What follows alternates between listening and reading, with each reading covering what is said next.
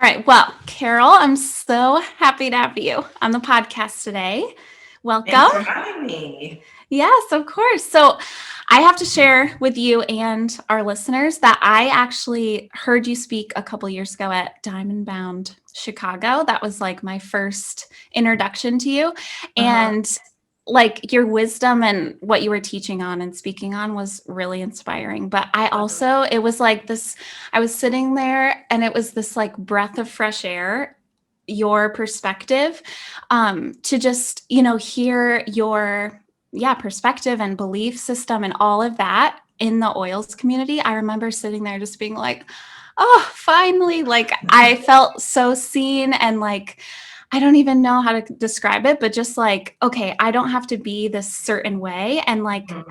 who I am and what I believe and what I think is welcome here because here's this, leader of this big essential oil company here at Whimsy. We don't just subscribe to one essential oil company, but this was a Young Living event. And I was sitting there as a Young Living member, just like, oh, I found someone, and you just made me feel like really welcomed. And so I'm really grateful for that. And I'm excited Oh, for people to hear you and just feel the same way.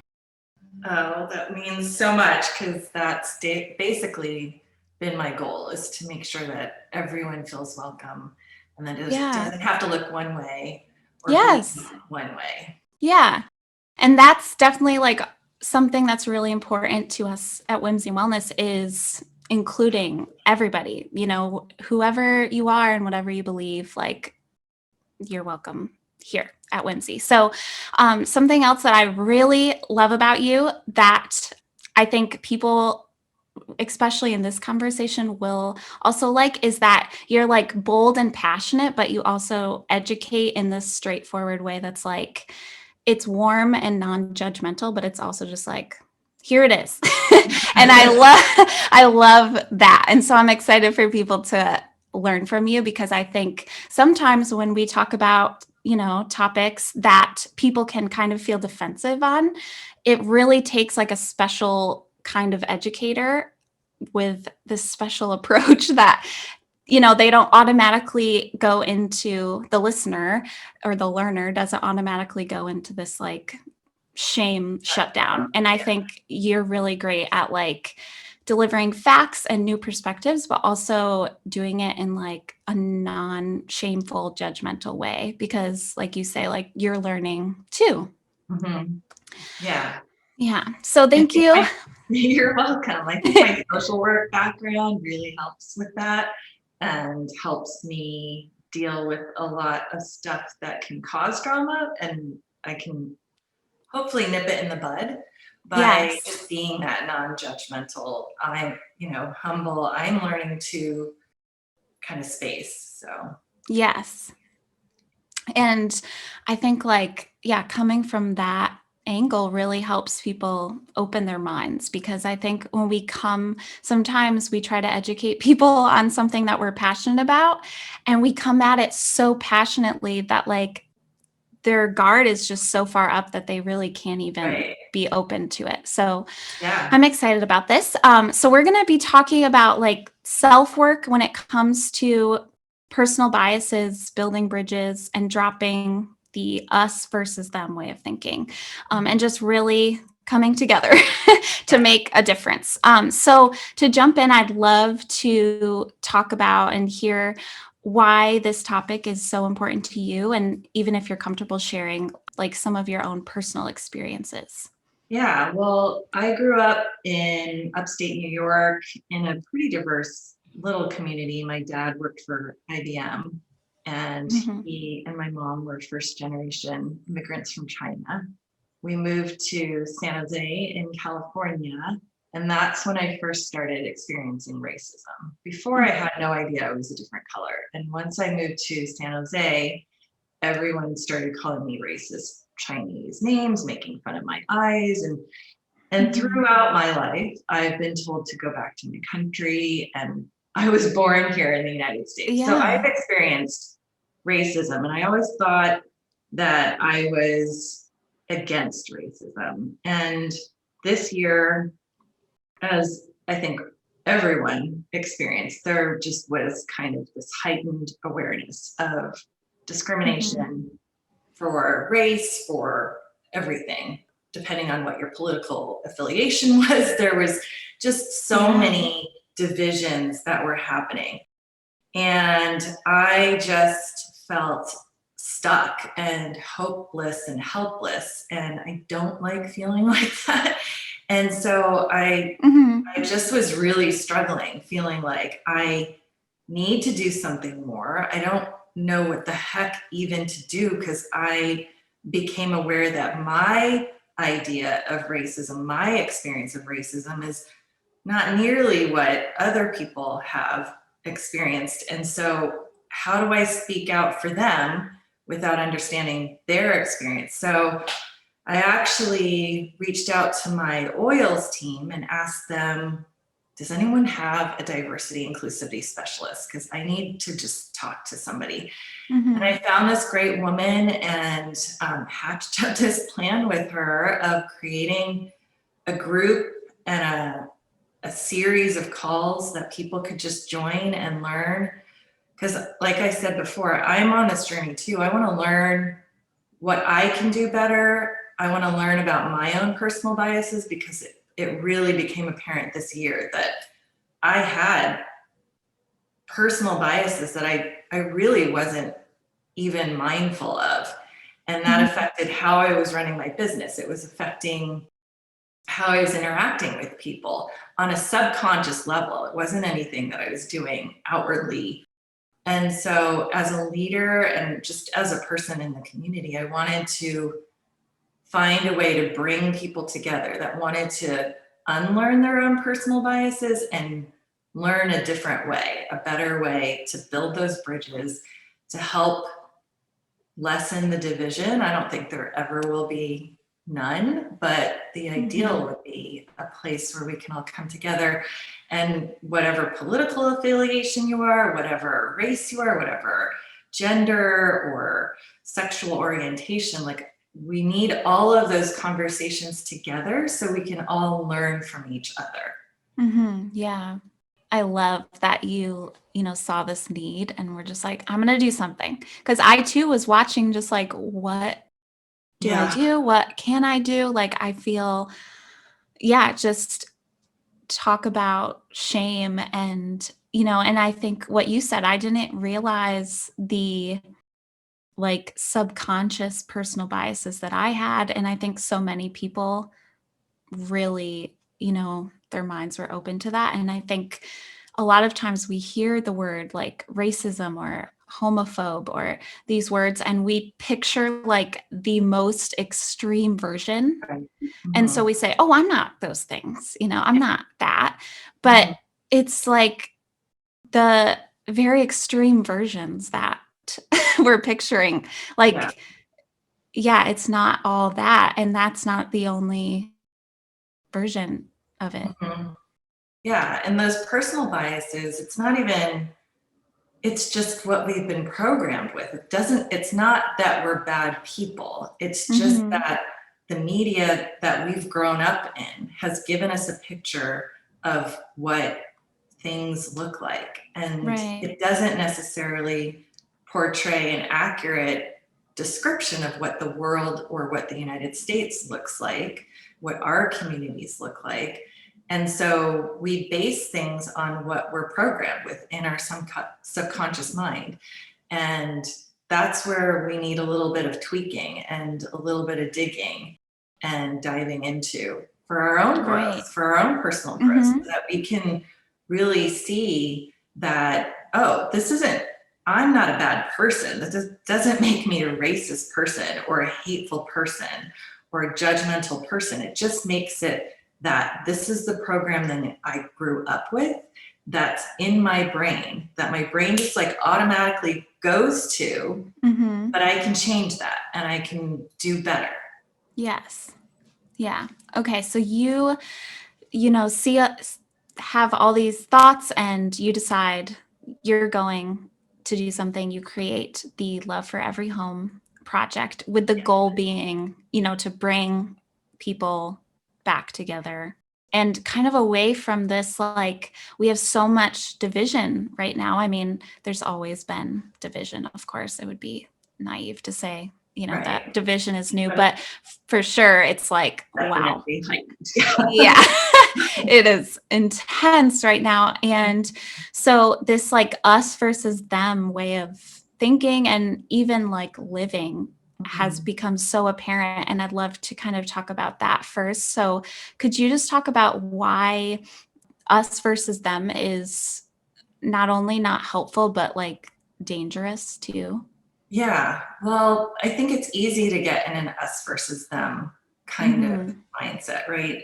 Oh, they don't understand. I'm just going to cut them out of my life. And for some people, that's a healthy boundary to make. But to sit there and stew over the fact like that person's doing that, it's not helpful to us, right? Like the energy that we expend on being angry at someone for whatever they're doing, whatever they're saying, whatever their behaviors are, it's only causing us more hurt, because the law of energy is that anything that we send out into the world comes back to us. But that's the law of attraction and law of energy. So if we're sitting there hating other people, or not even hating them, just being angry, being resentful against those other people that can't understand my viewpoint, that's, they don't care. They don't care what I think, right? And even if they did, and even if I were to reach out to them, the likelihood is they stand strong in their belief system. And it's not likely that they're going to shift their belief system because I reached out to them or I showed them this or that factoid or whatever. So I feel like that us versus them creates more division. And what we need to do is grieve the loss of looking at that person that we may have put up on a pedestal or respected highly, and grieve that and honor our feelings, and then send those people compassion, grace, and love, because they're standing in what they truly believe is their belief system. And all a belief system is a thought process. Doesn't make them right, doesn't make us wrong. We stand on our own belief system, which is just our own thought process, and we believe it 110%. But there's someone else standing on the other side that believes it 110% on their side. So having that division just causes more division, and it causes us pain. So sending them grace, sending them love, sending them compassion for understanding, not even like forgiving or agreeing, right? It's more about, I understand that you believe that with 110% and passionate, in a passionate way, that you're speaking out in that way. I love you. I send you grace. I send you compassion for knowing that we're completely different in our belief systems, but you are choosing to share because you feel strongly in that, whatever you believe.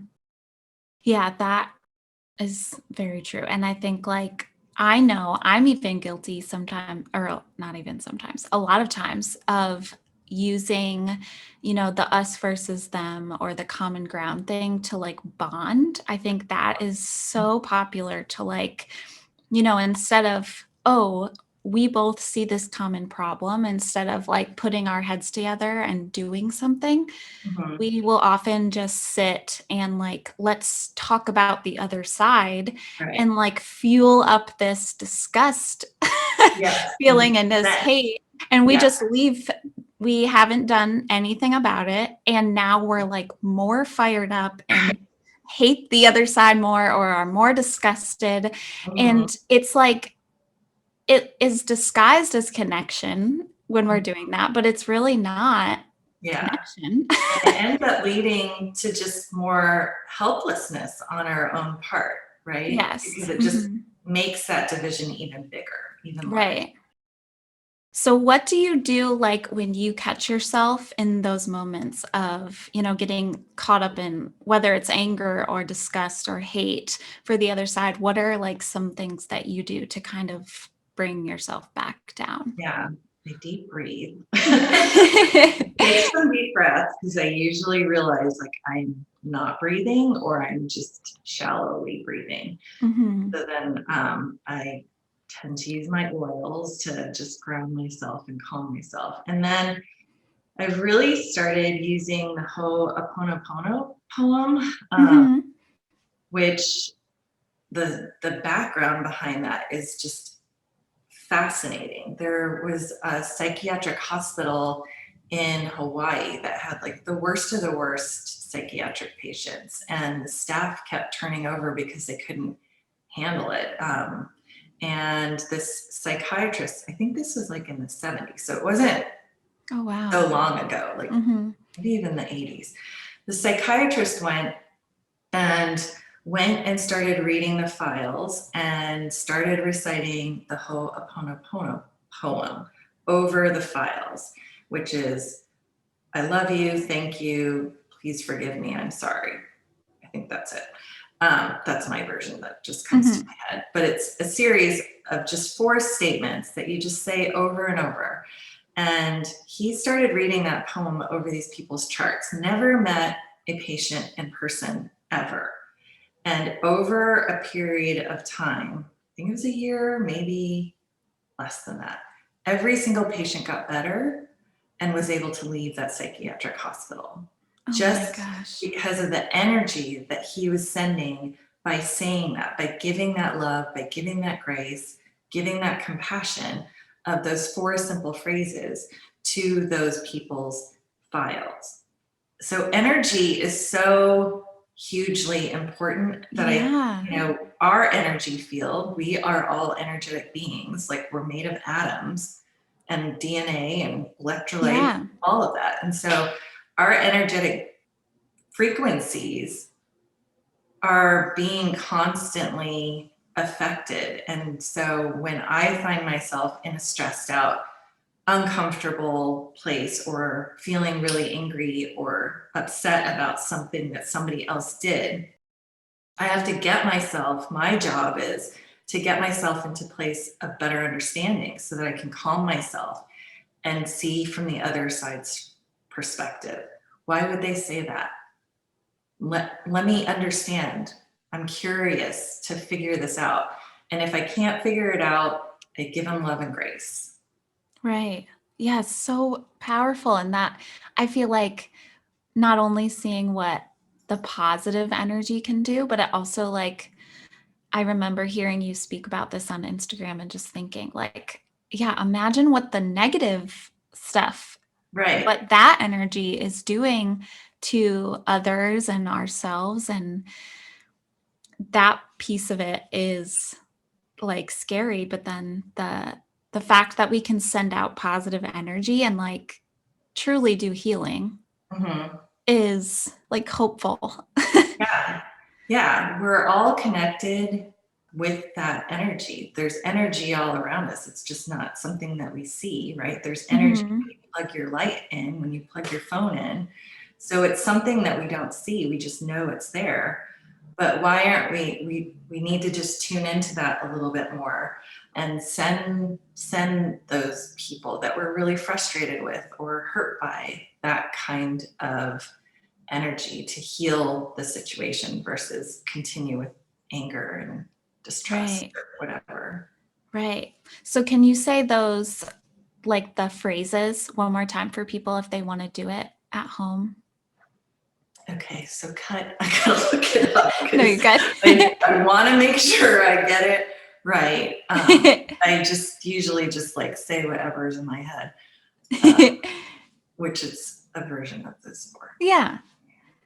Yeah, the 4 sayings are I'm sorry, please forgive me, I love you, thank you.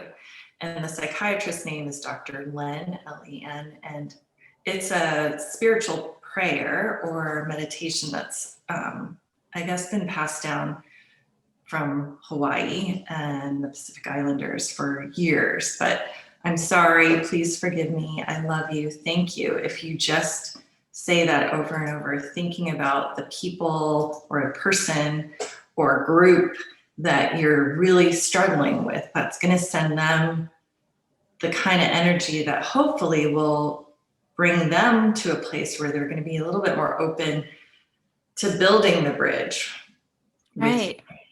Wow. And the patience that, charts that he was doing this over, they didn't know he was doing this, right? no. Yeah. Mm-mm. So it was all Yeah. amazing. Okay. So we know that you're like an oily person, of course. Mhm. So could you share like some oil suggestions for maybe if people want to do like a Ho'oponopono like protocol or something, maybe some good oils to pair with it. And if you're into crystals, I don't know if you use crystals also, but I love crystals. Yeah. With oils, I feel like I really encourage people to go with their intuition and Mhm. grab whatever their intuition is drawing them to. And the same thing with crystals. Like I have crystals all over my office and my house. I don't really know what they mean, but I just know that I was drawn to that one. I love the look of that one. And that one was like calling my name. And so I don't think there's a right or wrong way to use oils or crystals. And there might be people that disagree with me. But in terms of oils, especially since Whimsy works with, all different oil brands, I don't want to say like what I use with Young Living because not all of your listeners might have those available. But what I do know is that oils have energetic frequencies, and what calls to you is going to be the right one for you to use. Yeah, I love that. And I think that's such a good point overall with oils and crystals because the messages we get on Instagram, especially with both oils and crystals, of like, how do I start? But that's such a good word that, like, it's truly not as, like perfect many of drops and which crystal to start with. It's like, what are you drawn to and what do you use? And so for the Young Living listeners, because we do have many of those, what's like your number one oil that you use with Ho'oponopono right now, at least? I use Release over my liver. Yeah, that's a good one. Release or Surrender are two really good blends that just are super impactful. Yeah, it's amazing. Okay, so let's, and when you were talking, I was thinking of Ruth Bader Ginsburg's quote on, I'm probably going to butcher this, but something with like reacting in anger, just like does not, what is it like, will not advance your ability to like change someone's mind. And that, yeah, what you were saying, I just kept thinking of her and how, she really never got angry. And how, like, really think about how much she was able to do in her lifetime. And I personally just don't believe that it was a coincidence that her, not allowing herself to get angry and all that she was able to do and the people, she was able to reach. I just think she's a really great example of that for sure. Yeah, definitely. Okay, so let's kind of talk about what you brought up, personal biases. And I love for you to share about like what they are for people who aren't familiar, and like why it's important to acknowledge our own and work on them. Yeah. Well, what I'm learning about personal biases, it's not something that I was trained in social works, when I got my master's. It's something that I'm learning now. It's just what the messages that we've been taught along the way that just get ingrained. When someone says, think of a man walking into a restaurant, what color is that man to you? Oh, sorry. Yeah. White.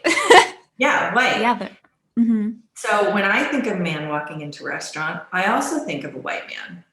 But shouldn't I, as an Asian American growing up with a Chinese dad, shouldn't I think of a Chinese man walking into a restaurant? But the personal Right. bias is every TV show that I ever watched, every movie that I ever watched, every magazine, I didn't see my colored people portrayed in that. Right. So my Mm-hmm. brain is programmed with the personal bias of thinking the boss is a white person. But when you think of like who's working in the back in the kitchen washing the dishes, to me, that's a Hispanic person because I live in California, and Right. a lot of people that are working in the back of restaurants tend to be Hispanic.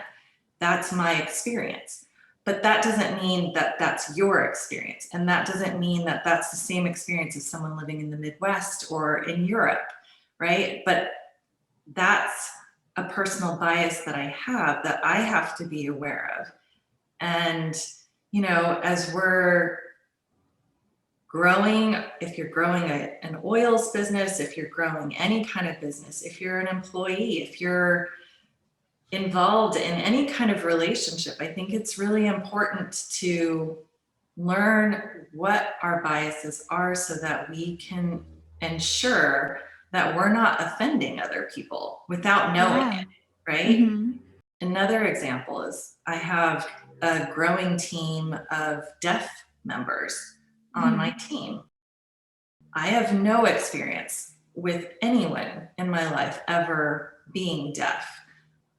I've only watched a Helen Keller movie, right? Like that's my only experience. So I have no awareness of how I can serve that population of my team. Thankfully, I have a team member, Amanda Kier, who's amazing. She's an amazing leader, reached out to me, her husband's deaf, and let me know, like, okay, you've got a growing team. What can you do to help make sure they're feeling included? And I was like, I'll upload all our content onto YouTube, which has like automated captioning. She was like, great, okay. But then she came back and was like, actually, I want you to know that most deaf people learn ASL, American Sign Language. And so they don't necessarily read and comprehend more than like a second grade level. And I was shocked and thought, oh my gosh, I'm totally not serving them. I thought I was by giving them closed captions, but by not knowing that kind of information, I was leaving out a whole group of people.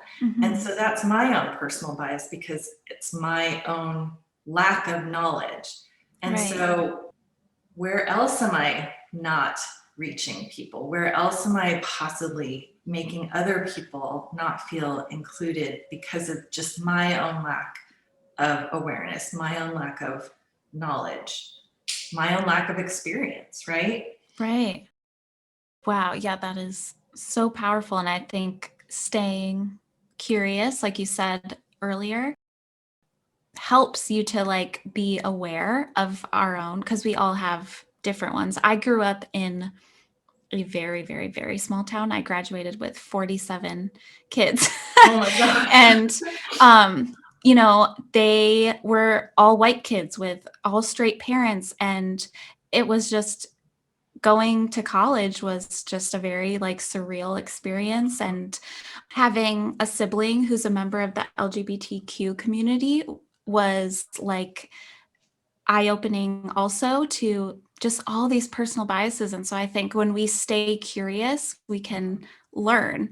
And, if you weren't curious and open-minded and someone came to you, you could unfortunately be defensive and, but because you were curious and you were able to like learn and do something for your community. And so I think that's like such a good lesson to kind of take away, is like to stay curious and open. And it doesn't mean, having personal biases doesn't make you a bad person. Like everyone has them. We all have them. Yeah. And I think the more that what we can just admit that we are just it's just part of who we are. It's part of what we grew up with. And I think it's a personal responsibility that everyone ideally needs to take a look at to make this world better, because there are people that are hurting because they aren't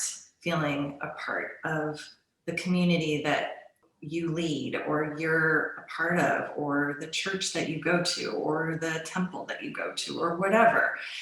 And I feel like it's my responsibility to help others be the best versions of themselves. And that means I need to be humble and continue to learn how I can serve them best. Right.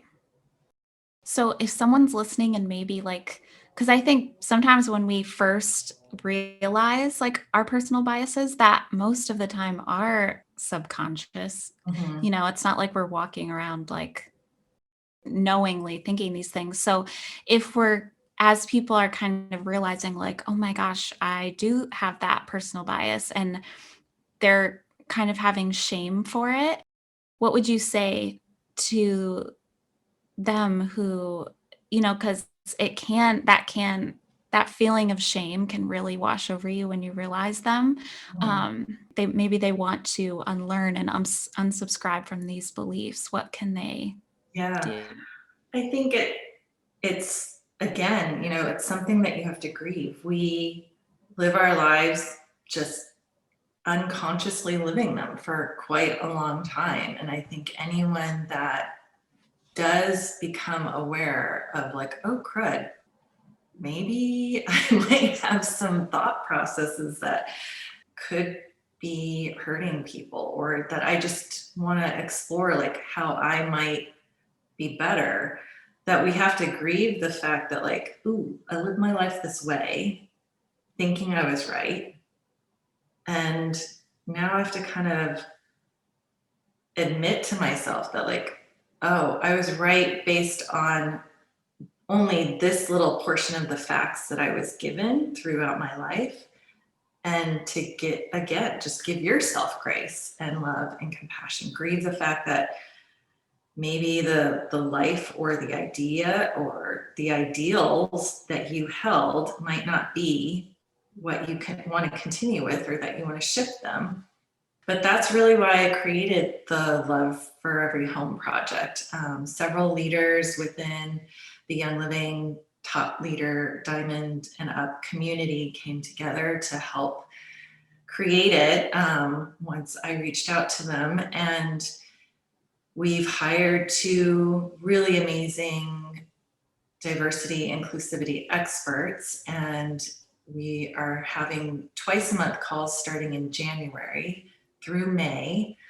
And it's going to be a real deep dive into discrimination, and mainly focusing on racial discrimination, but that kind of transfers out into all discrimination.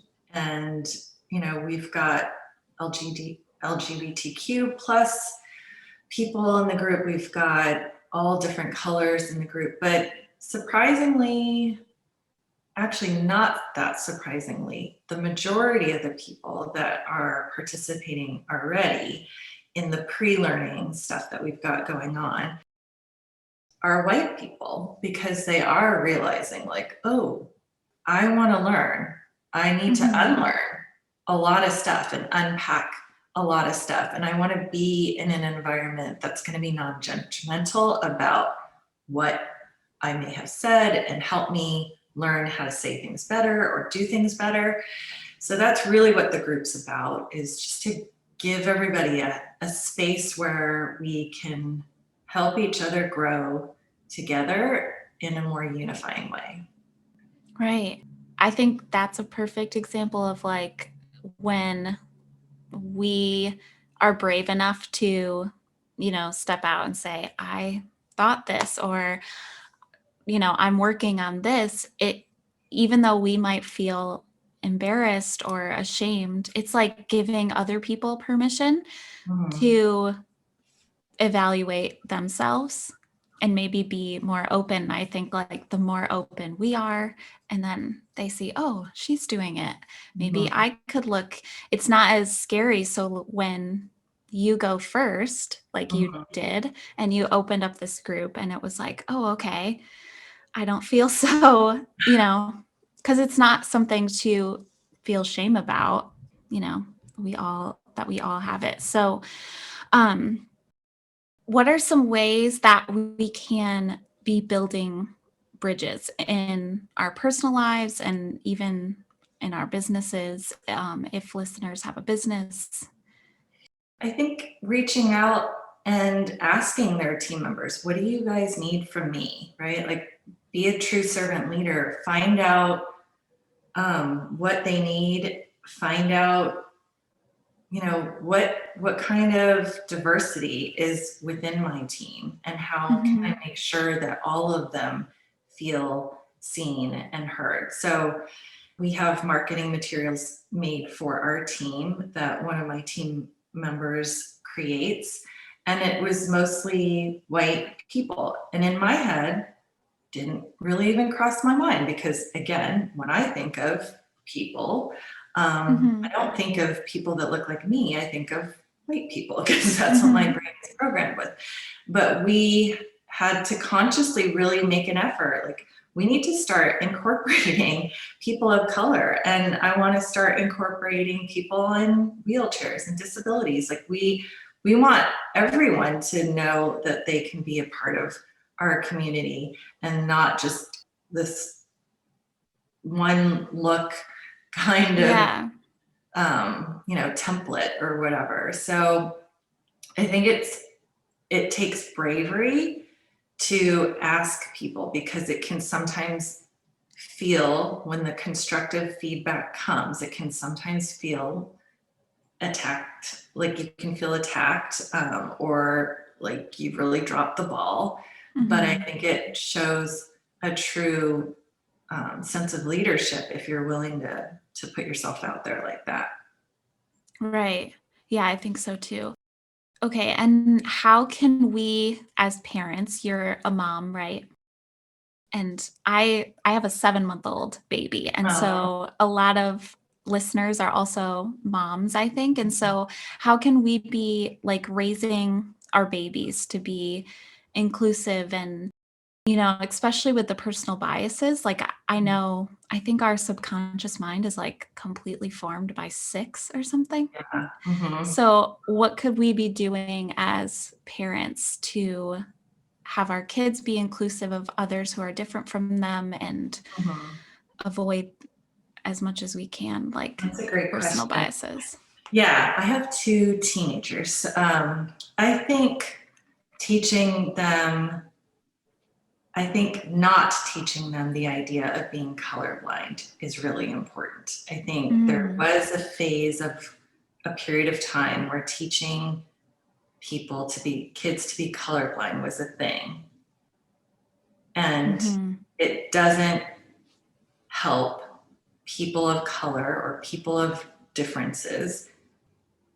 It doesn't acknowledge their differences, right? Like, we're teaching Right. people to like pretend like this person doesn't exist because that their color is different or their disability is there, and just to pretend like it doesn't exist. But it does exist, and they live a life that's different because of their experience, because of their disability or whatever it is. So for little babies and kids, I think it'll just be important to incorporate lots of diversity in the books and videos and whatever you're exposing your children to, teaching them to honor the differences and to respect the differences, to notice them and love the differences, and to ask questions, and not hush someone, like, don't ask about the Mhm. person in that, because of the, like, don't Yeah. shame them because of it.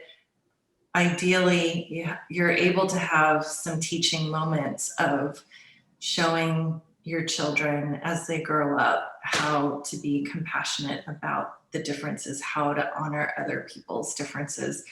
I wish when I was raising our kids and they were little, that I had been more aware of religious differences. We're not religious at all, but I would have loved to have included them in a Jewish holiday and a Muslim holiday and an Eastern Indian holiday, just so that they could see something besides Christmas. Right. And so they could just be exposed to more things. So I think it's just a matter of just exposing. If you know you live in a town that's mainly, a certain color or whatever, and you want to expand their knowledge base, then find those opportunities and bring them in and just make them normal Right. and part of life, and just reinforce that everybody has differences, but ultimately inside, beyond the skin level, we're all the same. Right. Yeah. And I think like we were talking about being curious, and kids are so Mhm. curious. Yeah. And like you said, like we at one point in time, and even still, I think because we're uncomfortable and maybe we don't know how to talk about it, so we like like quiet their curiosity. Mhm. But they are at this age where we are helping them form their subconscious, and when Mhm. they're curious, like we're trying to unlearn things and get curious, and they're already curious. I remember a little girl that I babysat she had seen my sister's wedding photo, who's married to a woman, and said, Mhm. girl, where's her husband? She has a girl. And I was like, oh yeah.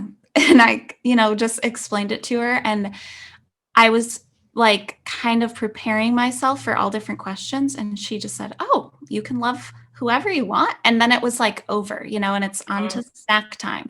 And and so just really like remembering how curious kids are, I think, is so huge. And Mhm.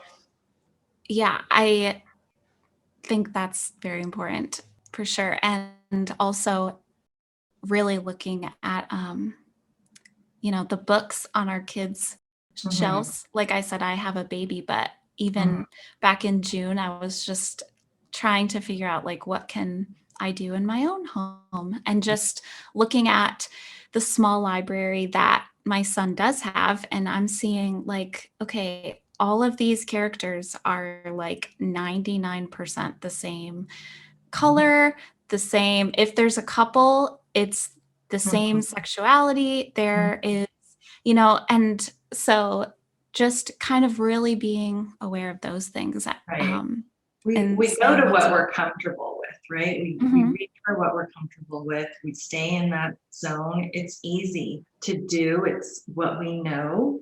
But if we want to raise children that are more aware, that are going to be the kind of kids that are going to build the bridges, then we have to get out of our comfort zone and look for Right. those other sources, right? And like, with our teenagers, we have open discussions with them. Like, what do you think about what's going on in the news? What do you think about what's going on with the election? And we might not agree. I grew up with my parents Mhm. being Republican, so I was immediately Republican when I started voting. But then my views shifted and changed, and then my views shifted and changed again. And so, like, Mhm. I'm neither. I'm nowhere. Mhm. And so, and that's been a journey too, right? But being able to have those open conversations. My kids, I'm married to a white man, so our kids are half and half. For the most part, Mhm. they've never had an issue with it. Some of our son's friends, if they hadn't met me, probably wouldn't even know that he was half Asian. Our daughter definitely looks more Asian, and she has a lot of Asian friends. But our son, can live a life as a white man, probably. Mhm. But Right. I want to make sure he's aware of that privilege, and that Right. he's aware Right. that of the differences. So it's an ongoing conversation. Yeah, for sure. Um, what could you like, can you shine a light on the commonly used phrases, like you said, with being colorblind, and people that say, I don't see color, or I treat everyone the same. Mm-hmm. Can you explain to people kind of like, why is that hurtful and discounting? Yeah, I think it comes from a good place, right? When you say I'm Yeah. colorblind or I love everyone, but I don't agree with their whatever. Right. When you say I'm colorblind, you're totally discounting that person's life experience of whatever color they are. An Asian person, a Black person, a Latino person, and a white person, even if they lived in the same family, they would all have a different experience, right? If you grow up in a family, like my sister is older, when we compare life stories, her perspective of life with our parents is different than my perspective of life with my parents, even though we lived in the same house, right? Right. And so saying I'm colorblind is kind of it'd be like telling my sister, like, nope, that's not true, because this is how our family lived and this is the experience of what I had with my parents.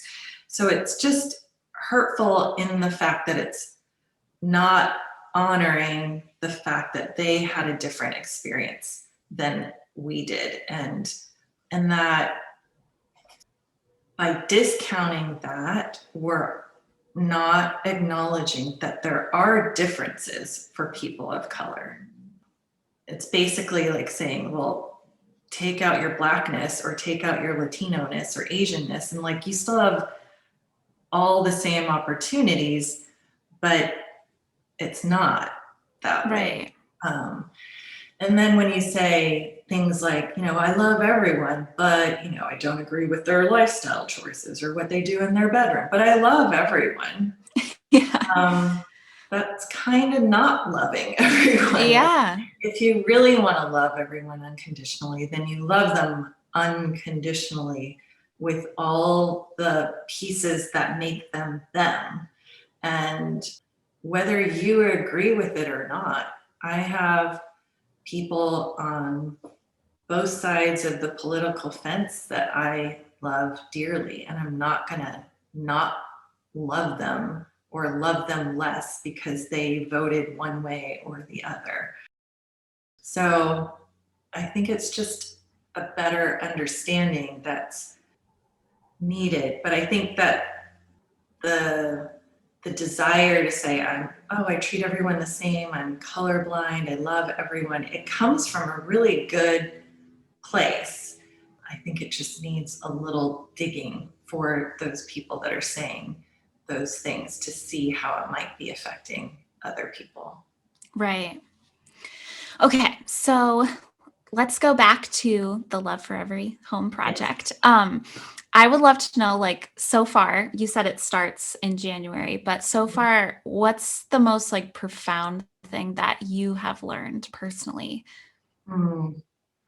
Well, it's been eye-opening to see how so many people are coming together that want to unlearn, that are acknowledging that they do have personal biases, and a lot of people that I wouldn't have thought would be coming forward. So we had an introductory call in October. We've been doing some pre-learning little activities every week, and then we had a post-election call in November, and then we'll start our two time a month calls in January. But I think the most rewarding thing so far is the sense of community, of people being open to other people's differences. The post-election call was a lot of people very supportive of Biden winning. And then afterwards, I got some messages from people who were Trump supporters that are part of the program saying, like, I didn't really feel like I was included. I'm part of this project and I want to learn. Mm-hmm. And so I had to put a post out there saying like, hey, for anybody who's a Trump supporter or of any political affiliation, that call was pretty one-sided. And I want you to know that we're going to do better, and we're going to work on, making sure that everybody's voice is, we're here to hear from all of you. Right. So it's just it's been a learning experience for me every step of the way. Curating the pre-learning activities has been great for me, but just knowing that the group is continuing to grow and that more and more people from all different walks of life, different belief systems are going to be joining us is really wonderful. Yeah, it is. That's amazing. So for people listening, who want to join the Love for Every Home project, how can they join? Is there a deadline? Would love for you to give all the details. Yeah, there's no deadline. All the calls are recorded. There's a paid registration fee, just because our two diversity inclusivity experts are super expensive, because they are experts in their field. We did create a sliding scale fee. So it's a one-time fee of $30 to up to $1,000 for anyone that wants to contribute that much. And anything that we raise over what we need to pay our experts is actually going to be donated to the Young Living Foundation, which is the nonprofit arm of Young Living Essential Oils. So none of the leaders that are helping me with this project, we're not making any money off of this. This is solely like a heart-led project. And they can get more information at my website, which is just my name, Carol Yeh-Garner, YEHGARNER.com. I have a little tab there that people can get more info about.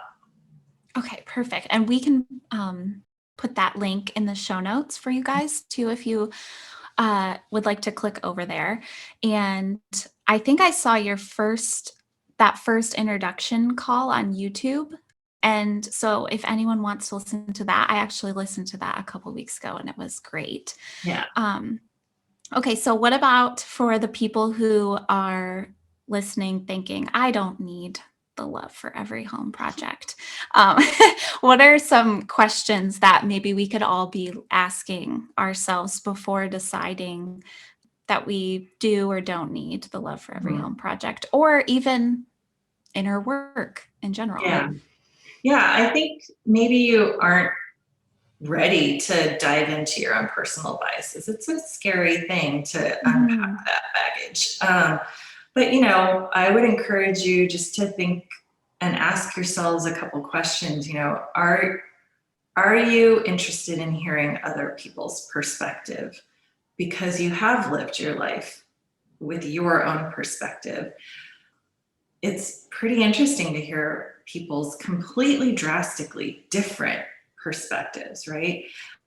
Are you struggling to talk with other people that have completely different belief systems, especially political belief systems these days? And if you're growing an essential oils team or a business, whatever business that is, do you want to be a leader that's being as inclusive of everyone as you can be, or are you okay with just being who you are right now, which is fine. I'm not here to say like everyone needs to join this now. Like I would absolutely love if everyone would jump in and join it. But I totally respect and honor the fact that not everyone's ready to do the work. It's uncomfortable for sure. And it's eye-opening and mind-expanding and heart-opening and heartbreaking at times. So you've got to be ready and willing to be there. None of our Zoom calls, you can have your camera off, you can watch the recordings. You're not required to participate at all. But we do encourage as much interaction and personal sharing as possible so that we can get as many different stories and experiences so that hopefully we can learn from each other's experiences and learn from each other's faux pas too, because that's something that we'll probably be talking as we take the deep dives. We'll be talking about discrimination, and there's going to be likely discussions where people are going to be like, oh crap, I did that, or I said that. Yeah. How can I go repair that? Or what do I do now? And so personal growth is not for everyone, and that's fine. But if you are ready to jump in, we would love to have you. I just love this Love for Everyone project. I think it's amazing. And I think those are really great questions to be asking ourselves for sure. So we're going to do a quick rapid fire questions before we hop off. So if you just want to fill in the blank for me. I'm inspired by blank. I'm inspired by my team, my Young Living Essentials Oil team. They continue to grow and do really inspiring things to grow their teams and to share and to educate. And even though I'm at the top rank, I learn from them every single day. That's good. Something people get wrong about you. I think people think that because I talk about mindset and I do guided imagery stuff, that they think that I'm calm all the time. I have lost my, my stuff before. I don't want to swear, but and that's something that most people would not know, is that I kind of swear like a truck driver with my friends. That is such a good one. And when we were organizing this podcast, I asked Haley, I'm like, what do I do about my mouth on air? Right. She's like, well, just try not to, because then we have to like put an explicit thing. Yeah, exactly. Okay, my go-to essential oil roller or diffuser blend is blank. Right now, my favorite is the new Winter Nights, which is a blend of Northern Lights black spruce, peppermint, cedarwood, and orange. And it just smells like you're walking through like the most amazing forest with like just this like little hint of citrus. I need to get that one. Okay. Yeah. And then where can people find you? At my website at Carol Yeh-Garner, all one word.com. Perfect. And what's your Instagram handle? My Instagram is A Well Lived Life. So AWELL and then lived with a D, life. Okay. Well, it's been such an honor to talk with you. I think you are doing such great work, and you really are like a trailblazer in the Young Living or essential oil community even. And so I just really admire you. And I know that people have learned from this, because even I have learned from this call. So thank you so much for being on. Thank you for having me. I'm really honored to be a part of your podcast and to share with your listeners